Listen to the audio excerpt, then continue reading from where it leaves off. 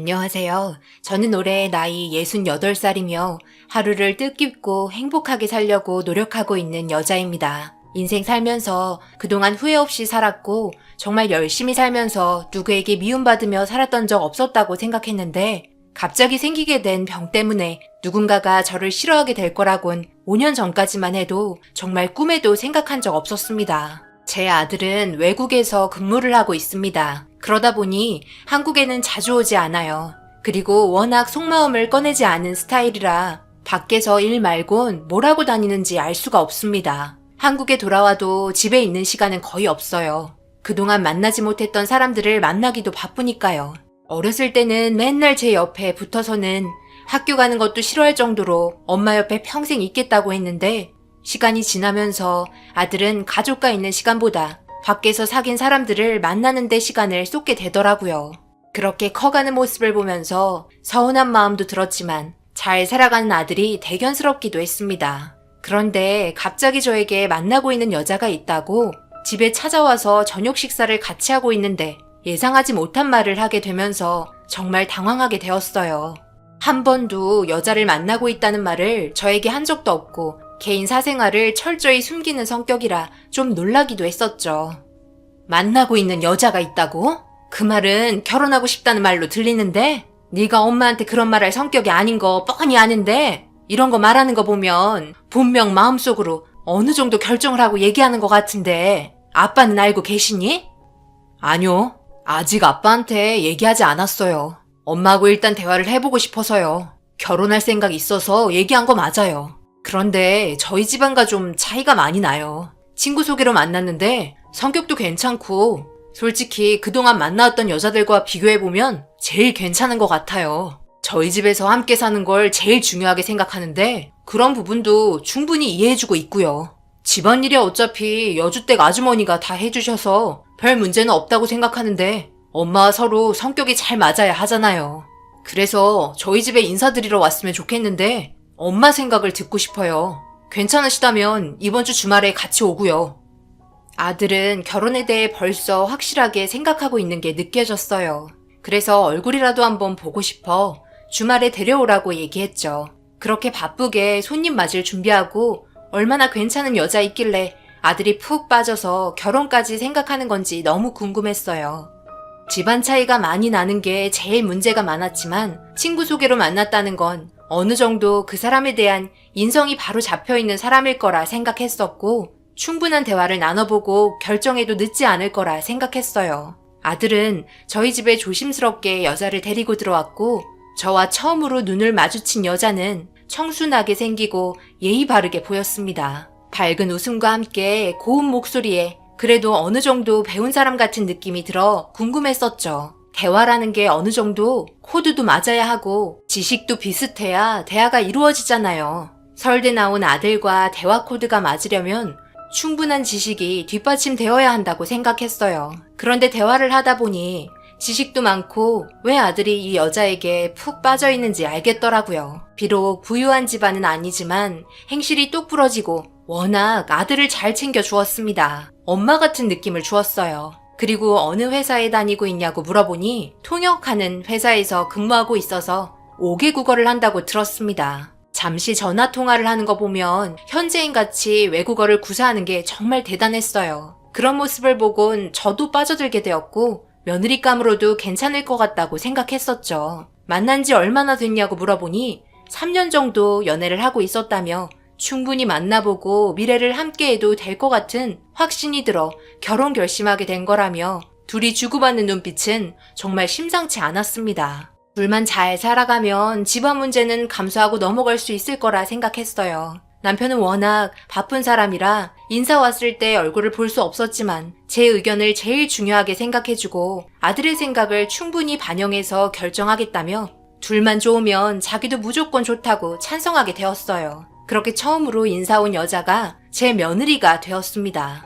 사돈댁 분들도 인성 좋으시고 그동안 딸 하나 키우는 거 많은 노력을 기울였다는 걸 알 수 있었어요. 딱 봐도 배운 사람 같았습니다. 며느리는 결혼하고 저희 집에서 함께 살기 시작했어요. 정말 괜찮냐고 몇 번을 물어봤는데 함께 지내고 싶다며 자신의 결정을 뚜렷하게 얘기했고 며느리는 퇴근하고 저와 함께 시간을 보내려고 정말 많이 노력해 주었습니다. 통역 일을 하다 보면 신경도 많이 쓰이고 말도 많이 해야 해서 집에 오면 말 한마디 안 하려고 한다고 주변 지인분들에게 들었었는데 며느리는 달랐어요. 밖에 있었던 얘기들을 하면서 지루할 틈 없이 애교도 부리고 저에게 정말 잘하려고 노력하는 모습을 많이 보였어요. 그만큼 저도 잘 대해줬고 마음의 문을 활짝 열고 며느리를 딸처럼 대해주었습니다. 그런데 갑자기 문제가 하나 생기게 되었어요. 제가 점점 깜빡하는 일들이 자주 발생이 되었고 몸에 문제가 생겼다는 걸 알게 되었어요. 핸드폰이 냉장고에 들어가 있다던가 칫솔질을 하고 분명 화장실에 갖다 놓은 것 같은데 화장대에 들어가 있다던가 그런 일들에 너무 당황스러웠죠. 기억이 나지 않은 행동들에 무서워지기 시작했고 병원에 찾아가 검사를 받아보게 되었습니다. 그리고 알게 된 병명은 치매 판정을 받게 되었네요. 정말 충격이었죠. 제 인생에 치매가 올 거라고 전혀 생각조차 해본 적 없었는데 치매 초기 판정을 받게 된 이후 두려움이 엄청나게 커지기 시작했어요. 그리고 온 가족이 모여 있을 때 제가 병원에 다녀왔다고 얘기를 꺼내면서 치매 초기 판정을 받았다고 말을 하니 온 집안이 난리가 나기 시작했어요. 다들 엄청난 충격을 받게 된 거죠. 그때부터 치매에 좋다는 음식들과 머리를 많이 쓰려고 계속 노력해보았지만 제 상태는 점점 더 심각해지게 되었습니다. 처음에는 몇 분 정도의 간격으로 기억이 깜빡거렸으나 나중에는 30분 이상 기억이 사라져 버리곤 했어요. 그리고 아들은 해외로 다시 근무를 하러 가야 하는 상황이 생겨 많은 걱정을 하게 되었고 혼자 남게 되는 며느리가 걱정이 돼서 하던 일을 그만두고 아들 따라가라고 얘기했지만 괜찮다며 제 옆에 있겠다고 얘기하는 며느리의 말에 아들과 며느리는 한참 동안 둘이서 방 안에 들어가 나오지 않고 대화를 하고 있었습니다. 남편은 괜찮아질 거라며 걱정하고 있는 제 손을 어루만져주면서 미소를 띄워줬어요. 듬직한 가족이 있기에 저는 아무 걱정도 하지 않았어요. 꼭 이겨낼 거라고 다짐했습니다. 그렇게 며느리는 통역 일을 그만두게 되었고 저와 함께 있으면서 많은 일들을 도와주었어요. 정말 미안했죠. 정말 미안하구나. 내가 이런 병이 생기는 바람에 네가 많이 힘들지? 병원에 갔다가 우리 백화점 갈까? 내가 해줄 건 없고 우리 며느리 필요한 거 몇 개 사줄 테니 오래간만에 데이트하자. 기분 전환도 시킬 겸.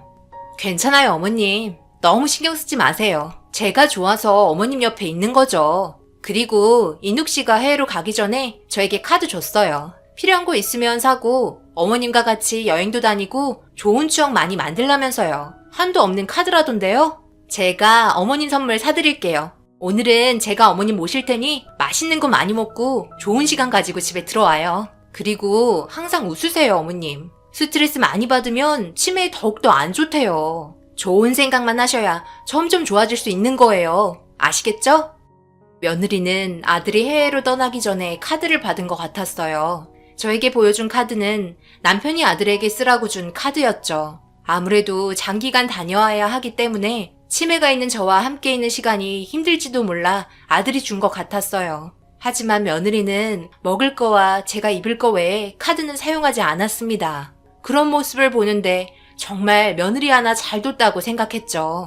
보통 한도 없는 카드를 받게 되거나 그동안 가지고 싶어도 살 수 없었던 물건들을 충분히 살 수 있었을 텐데 절대 낭비하지 않았습니다. 그런데 문제가 하나 생겼죠. 분명 며느리와 함께 즐거운 시간을 보내고 있었는데 정신을 차리고 보니 제가 집에 있었습니다. 며느리는 녹초가 되어 있는 상태였고요. 너무 당황스러웠어요. 그래서 며느리에게 상황을 설명해달라고 얘기하니 갑자기 다른 사람이 된 것 마냥 행동했다고 집까지 힘들게 데려왔다는 말을 듣게 되었습니다. 그리고 다음날 병원에서 검사한 결과 빠르게 치매가 진행이 되고 있다는 걸 듣게 되었고 점점 현실을 보는 시간이 짧아질 거라면서 그래도 나이가 있는 만큼 어느 정도 치매 증상이 다다랐을 때 그때부턴 증상이 천천히 나빠질 거라면서 좀 더 강한 약을 처방해 주었습니다. 행복하게 살고 싶은데 아직 손주도 안아보지 못했는데 이런 상황들을 받아들이기가 너무 힘이 들었고 결국 눈물을 흘리고 말았어요. 며느리는 다리가 풀린 저를 부축하곤 집으로 향했고 한동안 방 안에 들어가서 나오지 않았어요. 왜 하필 저에게 이런 상황이 오게 된 건지 하늘이 원망스러웠고 감정이 출스러지지 않아 한참을 눈물을 흘리고 말았습니다.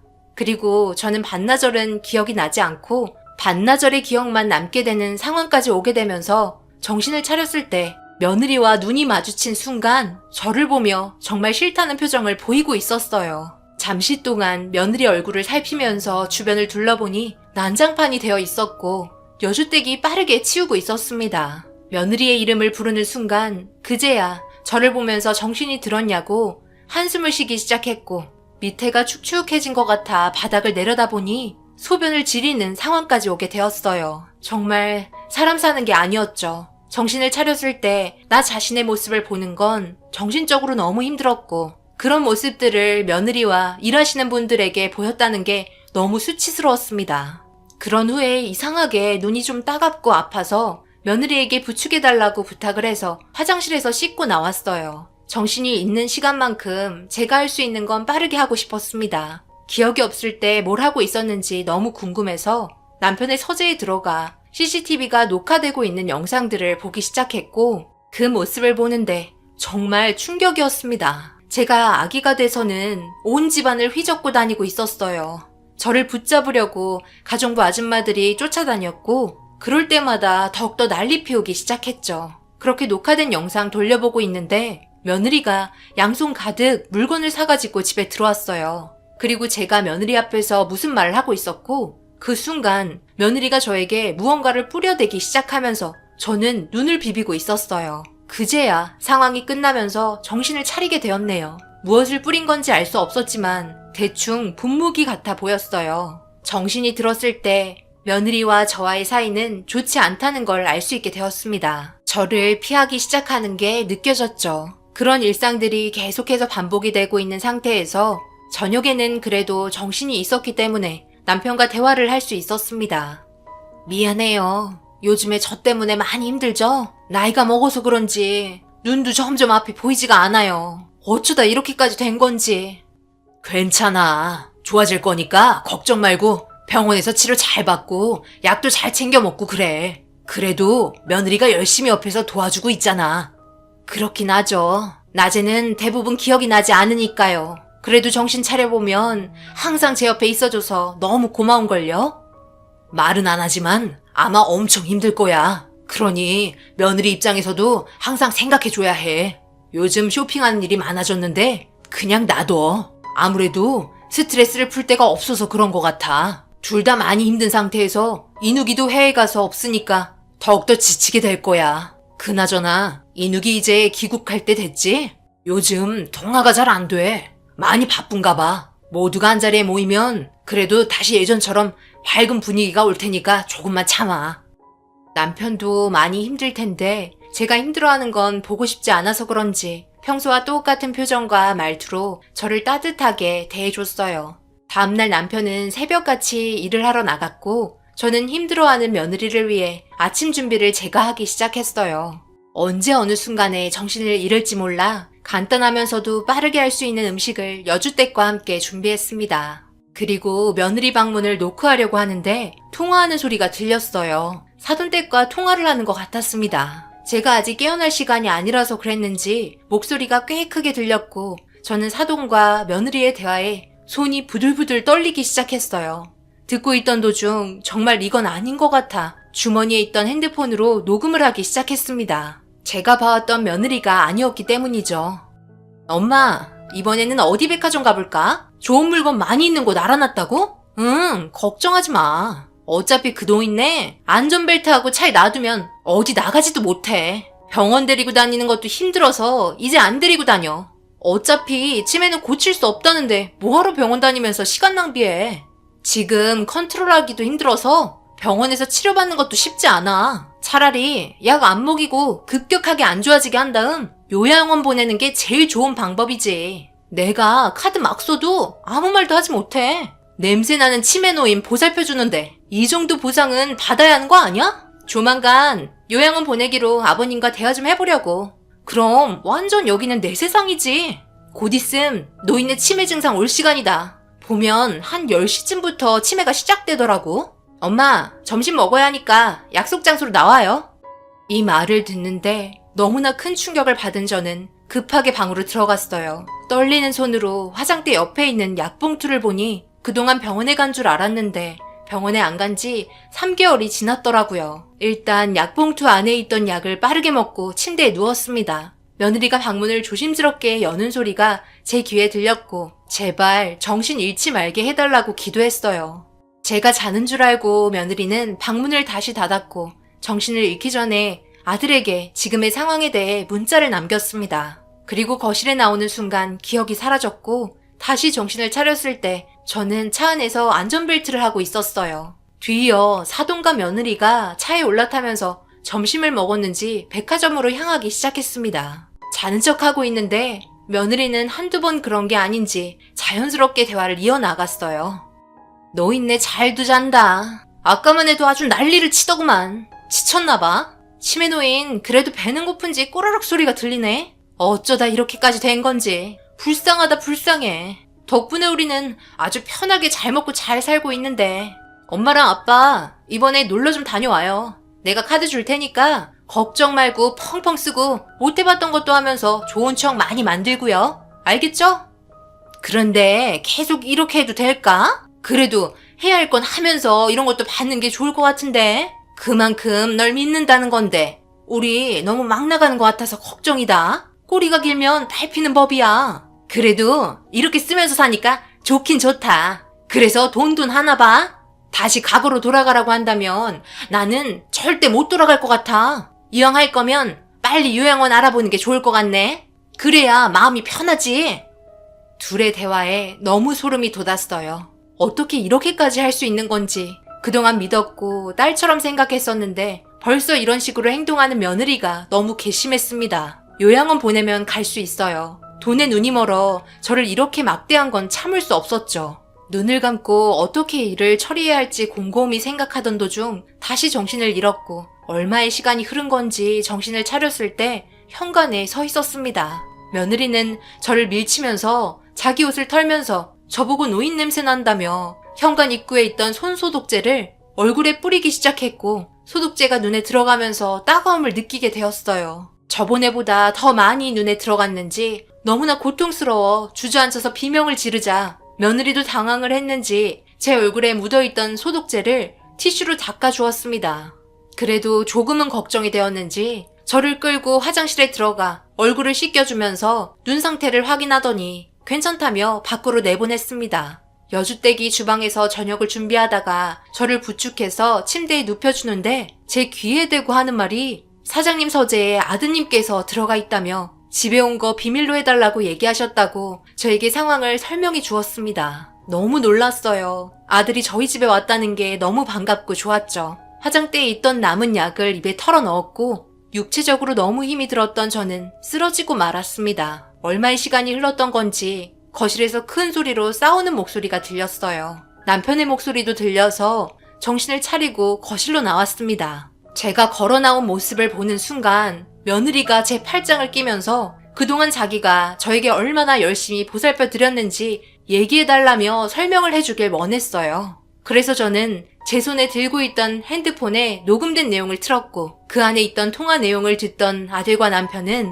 화가 머리끝까지 올라와서는 가만두지 않겠다고 소리치기 시작했습니다. 아들은 CCTV에 찍혀있던 모습들 중 제 얼굴에 소독제를 뿌린 모습과 제가 녹음한 내용, 그리고 병원에서 진료받은 내역이 3개월 이상 지났고 여주댁이 들은 제가 알지 못했던 사돈과의 추가적인 대화 내용을 통해서 그동안 저를 어떻게 대했는지 알 수 있었죠. 며느리는 자기도 힘들었다며 변명을 늘어놓았지만 CCTV에 찍힌 모습들은 거의 여주댁이 저를 보살펴 주었고 며느리는 소파에 누워 핸드폰을 하거나 밖에 외출하는 것 외에 아무것도 한 게 없었습니다. 그리고 또 하나 알게 된 건 며느리가 해야 될 일을 병원에 갈 때도 여주댁을 끌고 다니면서 저를 케어하게 시켰고 혹시 이런 말을 꺼내게 되면 일자리를 잃게 될까봐 입을 닫고 있었던 거였죠. 한마디로 정신을 오랜 시간 잃고 있게 된 이후부터 며느리는 손가락 하나 까딱하지 않았던 겁니다. 아들은 가방에 있던 서류를 며느리에게 던지더니 각서가 적힌 대로 진행할 거라며 저희 집에서 당장 나가라고 소리쳤고 종이에 적힌 각서의 내용은 아들이 자리를 비운 사이 며느리로서 해야 할 도리를 하면서 한도가 없는 카드를 사용해야 한다는 내용이었고 병원은 필히 며느리가 데려가야 한다고 적혀 있었습니다. 하지만 모든 걸 지키지 않고 카드만 주야장천 썼던 며느리는 계약을 이행하지 못할 시 전액을 보상해야 하며 이혼을 하게 될 시 위자료 한 푼 없이 집에서 나가야 한다는 각서에 지장을 찍은 서류의 내용에 며느리는 무릎을 꿇고 손이 발이 되도록 빌기 시작했어요. 알고 보니 아들이 외국 출장 가기 전에 카드 주는 조건으로 어머니 병원만 잘 모시고 다녀달라고 각서를 남겨놓았다고 하네요. 저를 보살펴 주었던 건 전부 여주댁이었지 며느리가 아니었기 때문에 분노한 남편은 며느리에게 이혼하라는 말까지 꺼내면서 치매 시어머니 잘 돌보는 며느리가 기특하고 고마운 마음에 며느리 앞으로 돌려놓으려 했던 빌딩 건물 증서를 며느리 보는 앞에서 찢어버렸습니다. 아들도 이혼하자며 변호사에게 전화를 하기 시작했어요.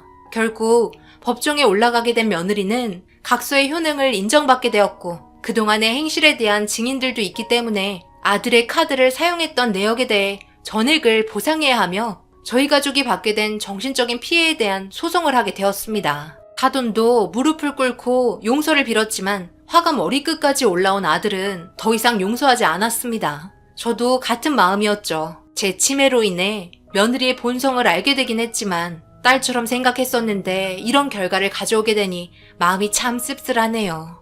그동안 며느리가 썼던 돈 없어도 그만입니다. 하지만 그 돈을 갚으면서 자신이 한 잘못된 행동에 대해 어느 정도 뉘우쳤으면 좋겠습니다. 제가 이 글을 작성하는데도 엄청나게 많은 시간이 소요되었네요. 기억이 끊어지고 다시 정신이 들었을 때 작성한 글이라 부족한 부분이 많이 있습니다. 한 달이라는 시간이 걸려서 이 글을 마무리 짓게 되네요. 제가 제정신으로 생활할 수 있는 시간도 이제 점점 짧아지고 있어요. 아이 정신이 돌아오지 못할까봐 솔직히 많이 두렵고 무섭습니다. 치매를 겪고 계신 분들 분명 공감하실 텐데요. 언제나 용기 잃지 마시고 힘내시길 바랍니다. 그리고 경기가 안 좋은 요즘 제가 여러분들을 위해서 기도하겠습니다. 비록 얼굴을 볼 수 없고 각자의 삶을 살고 있지만 한 번뿐인 인생 소중하게 생각하시고 좋은 추억 많이 만드셔서 후회 없는 삶을 사시길 바랍니다. 감사합니다. 오늘의 사연은 여기까지입니다. 댓글로 여러분들의 생각과 조언을 남겨주세요. 구독, 좋아요, 알림도 꼭 부탁드립니다. 저는 다음 영상으로 찾아뵙겠습니다. 감사합니다.